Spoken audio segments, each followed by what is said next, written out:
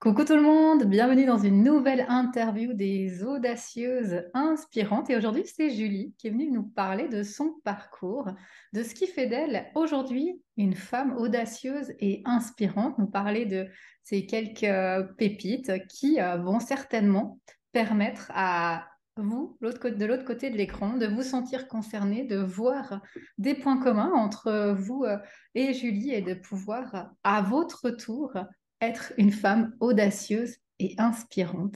Bonjour Julie, bienvenue. Bonjour Christa, merci. Je te remercie de m'avoir proposé d'intervenir ici.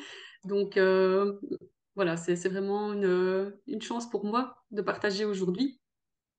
Ah bah, avec grand plaisir, je suis certaine que ce que tu vas partager justement va faire écho à de nombreuses femmes qui vont se reconnaître et leur permettre de faire, comme je dis toujours, ces premiers pas vers leur transition, leur nouvelle vie, leur être profond.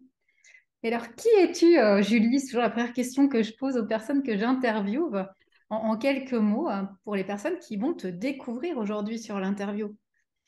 Alors, je suis Julie et j'ai 46 ans. Je suis de Belgique, dans la partie sud de la Belgique, la partie francophone. Et je suis maman de trois grands-enfants, donc de 20, 16 et 12 ans. Et en fait, j'ai un parcours professionnel un peu atypique. J'ai j'ai commencé, enfin voilà, en quelques mots, j'ai deux casquettes professionnelles. Je suis coach spécialisé donc coach de vie spécialisé pour aider les personnes à guérir du burn-out ou à l'éviter.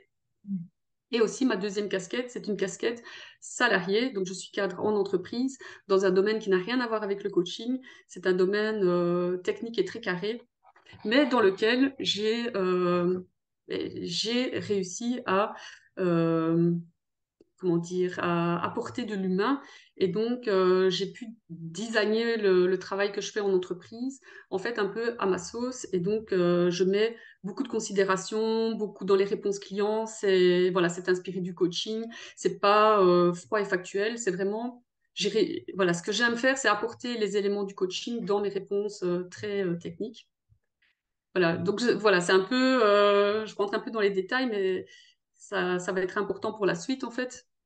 Exactement. Et c'est ce qui m'a plu chez toi, Julie, justement, et la raison pour laquelle j'avais envie que tu fasses partie de ces interviews, c'est justement ce côté d'avoir concilié entrepreneuriat et salariat, parce qu'à certains moments, on se dit, mais je dois choisir, je dois faire un choix, et cette particularité d'avoir concilié les deux et d'avoir mis ta touche, et je trouve ça hyper intéressant, on va y revenir justement, et aussi cette thématique du burn-out qui touche beaucoup de personnes. Là, on parle, nous, spécialement de femmes, puisqu'on est entre femmes spécialement, mais également des hommes.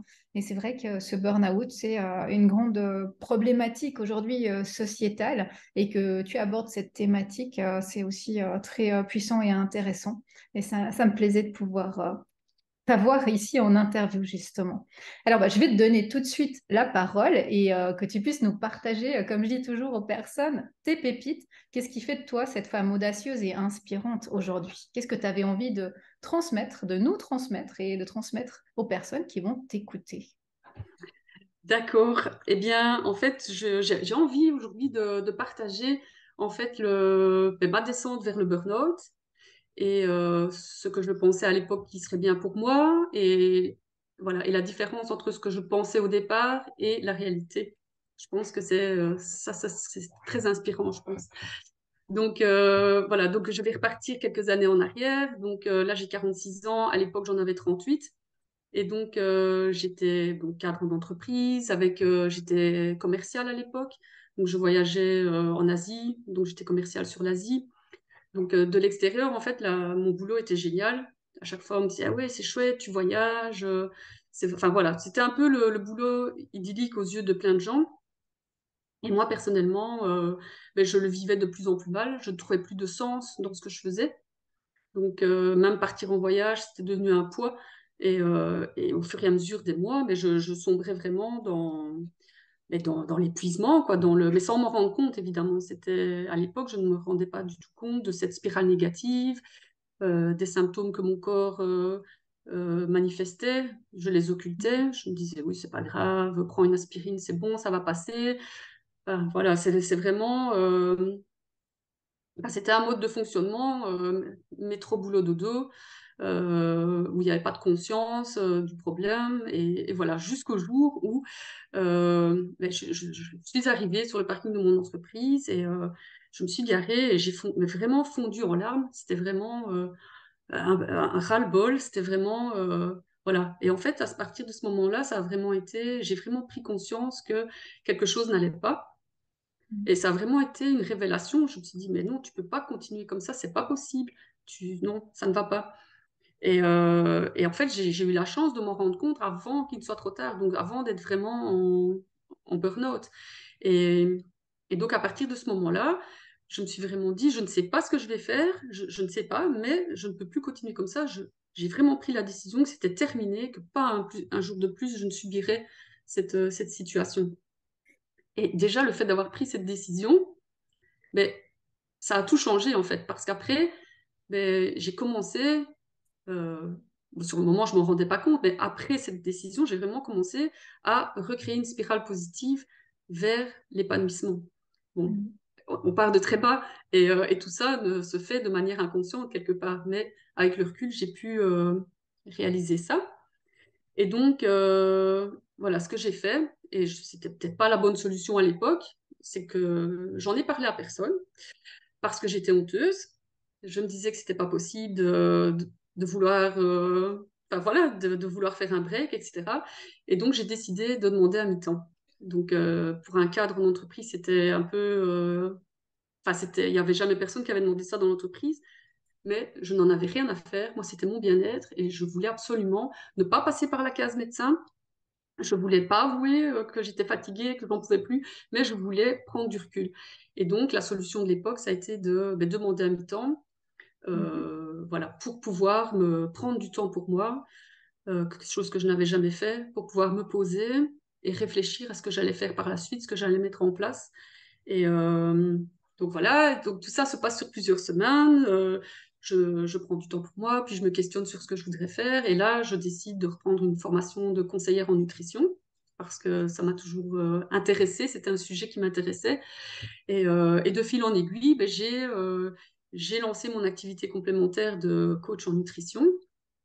Et c'était chouette, donc je combinais le mi-temps avec cette activité. Mais mon but à l'époque, c'était vraiment de quitter le salariat. Donc à ce moment-là, ma vision, c'était, voilà, tu fais coach en nutrition et tu gardes ton emploi salarié pour avoir l'argent et ne pas être stressé par rapport à ça. Et puis, le moment venu, tu quittes le salariat. Donc ça, c'était mon idée de départ.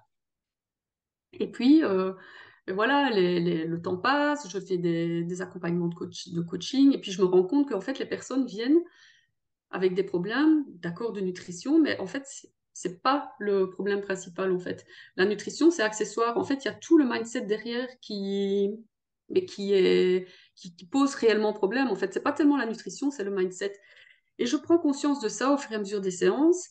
Et donc là, je décide, autre grande décision, de me former au coaching professionnel parce que je me trouvais démunie. Donc j'étais dans l'empathie, j'écoutais les personnes, mais je n'arrivais pas à les aider. Et donc je me suis dit, comment faire pour aider les personnes?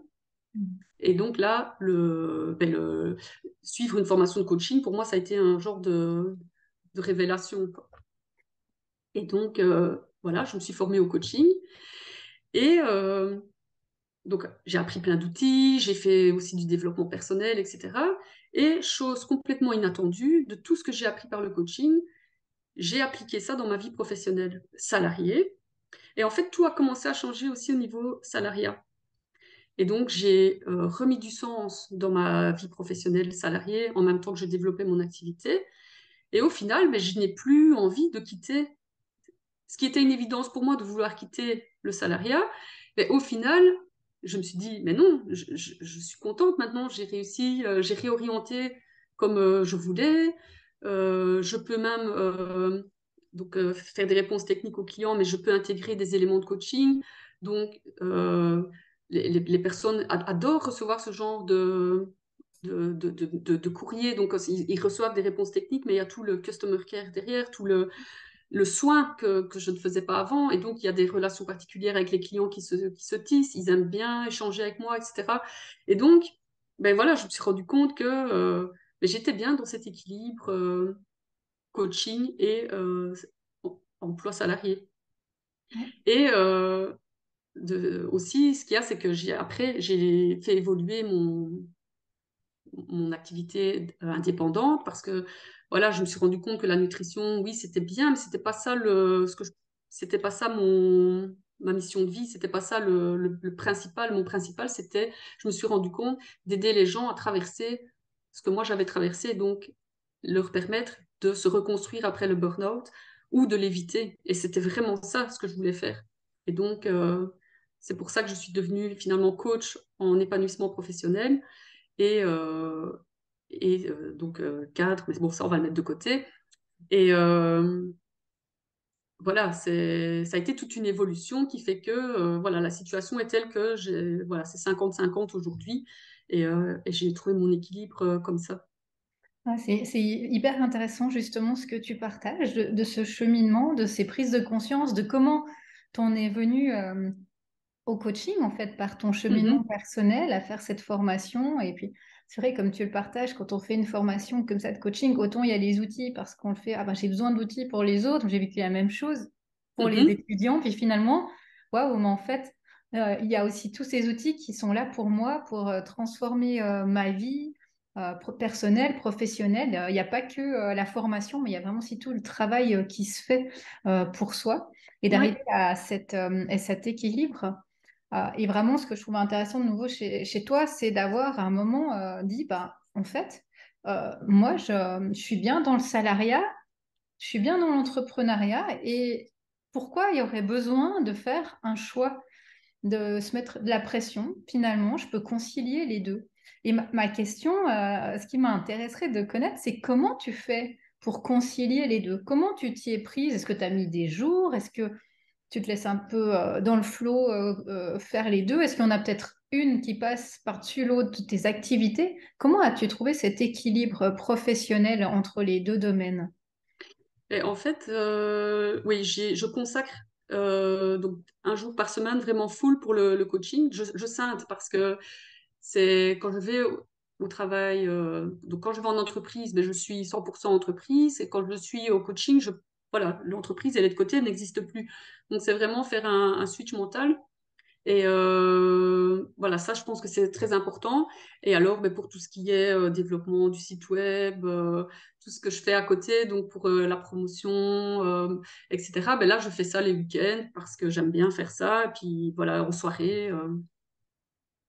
Et alors aussi, j'avais au départ, je me dis, ça va pas être accepté par l'entreprise, le fait de publier sur LinkedIn, machin, machin. Et puis au final, je vois que ben, en étant dans sa justesse pour soi, en étant aligné, voilà, ça passe, quoi. Et même mon chef, parfois, va liker mes posts, C'est mes posts de génial. coaching. Mais non, c'est chouette, quoi. Donc, Ouais. il y a aussi, il y a beaucoup de croyances qu'on se met que c'est pas possible, que ça va être mal vu.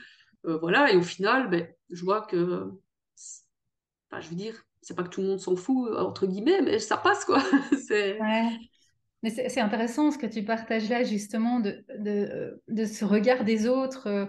À un moment, moi, je me souviens aussi, quand j'ai commencé à parler de ce que je faisais, j'étais voilà, ben, je me disais, mais qu'est-ce que vont penser mes collègues? Qu'est-ce que va penser le directeur? Est-ce que j'ai le droit de faire ce que je fais? Comment ça va être pris?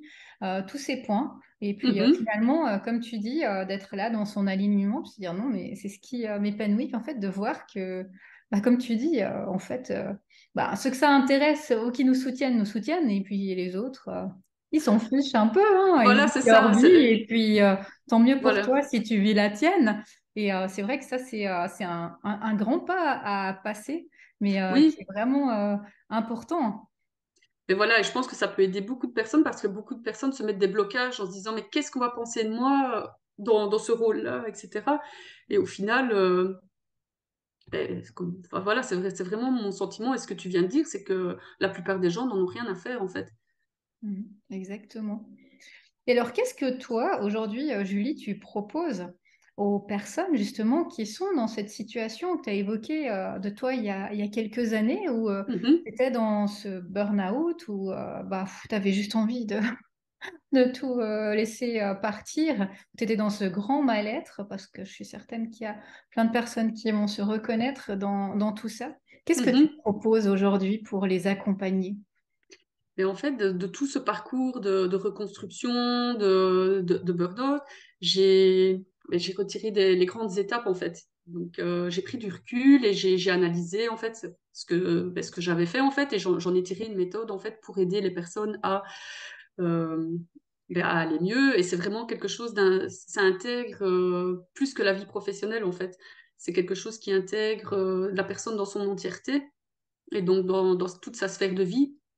Et donc, je pense que la clé pour s'en sortir, c'est vraiment au départ de prendre du temps pour soi, de prendre le temps de se poser, du temps oui, vraiment le temps d'accepter le fait que tout n'est pas comme on l'avait imaginé dans sa vie professionnelle, que voilà, que les choses ne sont pas aussi idylliques qu'elles l'étaient, et que voilà, parfois les symptômes, les petites alertes sont là, en prendre conscience, etc. Et donc ça, je pense que c'est vraiment une des étapes importantes, prendre du temps de qualité pour soi. Alors ensuite, je pense que faire un bilan complet de tous les aspects de la vie, c'est aussi, ça permet d'avoir un point de départ sur lequel partir. Donc on identifie son point de départ et après, on va pouvoir travailler sur ce qu'on veut atteindre à la fin. Et donc voilà, et puis il y a donc l'identification de la mission de vie, qu'est-ce que je veux faire, ce pourquoi je suis faite, dans quoi est-ce que je pourrais me sentir alignée, etc. Donc ça, c'est une fois qu'on a fait le point de départ, c'est ça, c'est se mettre la cible qu'on veut atteindre. Et puis après, c'est de travailler sur toutes les étapes, donc l'introspection, la reconnexion avec l'enfant intérieur, voilà, ses valeurs, ses passions, ses talents, etc. Donc voilà, c'est vraiment... Et alors aussi très important, c'est augmenter son pouvoir personnel. Donc, pour être en mesure de prendre les bonnes décisions et de pouvoir réagir ensuite. Parce que la vie, après, quand on est remis du burn-out, je vais dire, c'est pas parce qu'on a réussi à s'en sortir qu'après, il va plus y avoir des hauts débats. Et donc, c'est d'avoir les outils pour pouvoir réagir, voilà, reprendre son pouvoir quand les événements sont négatifs ou etc. Donc, et ça Ouais, c'est passe, important.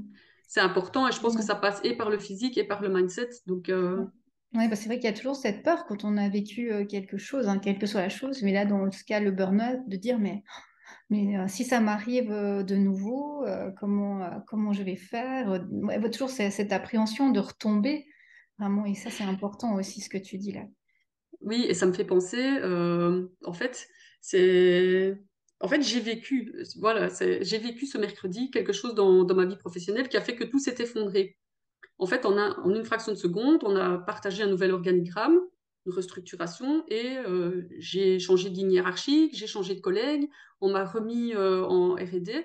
Et donc, quand j'ai vu ça, je me suis dit, mais quel manque de considération. Et donc là, ça a été un vrai choc. Mais alors, voilà, je me suis donné un jour pour évacuer les Mhm. émotions. Voilà, et en fait, je me suis rendu compte que j'appliquais ma méthode. En fait, j'applique ma méthode sur moi, aux événements. Et donc, tout ce travail en entreprise, je me dis, ça, c'est quelque chose que je peux après mettre en application dans mes coachings. Donc, ce que je suis en train de vivre là, voilà, c'est quelque part, c'est un laboratoire à ciel ouvert. Je teste mes méthodes sur moi. Et donc, je parlais des aléas qui arrivent dans la vie ensuite. Mais voilà, ce que je, voilà, ce que je recommande quand on vit quelque chose comme ça, c'est de s'autoriser à évacuer les émotions qui viennent. Donc, ne rien enfuir. Et donc, pendant toute la journée, j'ai pleuré. Mais je me suis autorisée à le faire. Il n'y avait aucun souci avec ça. Et après, là, je suis en train de reprendre mon pouvoir personnel et je suis repartie dans une dynamique. Je me laisse pas descendre, quoi. C'est fini ça. C'est fini la spirale négative. Voilà, c'est s'autoriser à exprimer ce qu'on ressent. Et puis après, voilà, ça, avoir en conscience que c'est soi et sa façon de réagir qui va conditionner tout le reste. Donc Donc voilà, et donc tout ça pour dire que c'est pas un long fleuve tranquille, mais que il y a une fois qu'on est déjà passé par là, après on réutilise les choses pour les éviter, et, voilà, et pour aller mieux. Ouais, et c'est important ce que tu partages là, justement, pour moi, en tout cas, de ma perception de n'importe quel coach ou thérapeute, c'est Mhm. important pour moi que la personne, de un, elle ait marché le chemin avant, qu'elle soit pas là en train de parler de quelque chose qu'elle a jamais vécu, Mais oui, et puis qu'elle est là à donner des grandes leçons. Et puis, comme tu le dis, que en tant que coach, thérapeute, on est avant tout des êtres humains. Et la vie, elle est jamais toute belle, toute droite, quelles que soient finalement les formations qu'on a faites. Mais par les méthodes, par les outils qu'on a développés, eh bien, on peut justement gérer tout ça d'une autre oui. façon. Et ça, c'est essentiel, hein, effectivement. Mais oui, c'est ça que voilà, je pensais que c'était intéressant de partager ça maintenant. Ouais.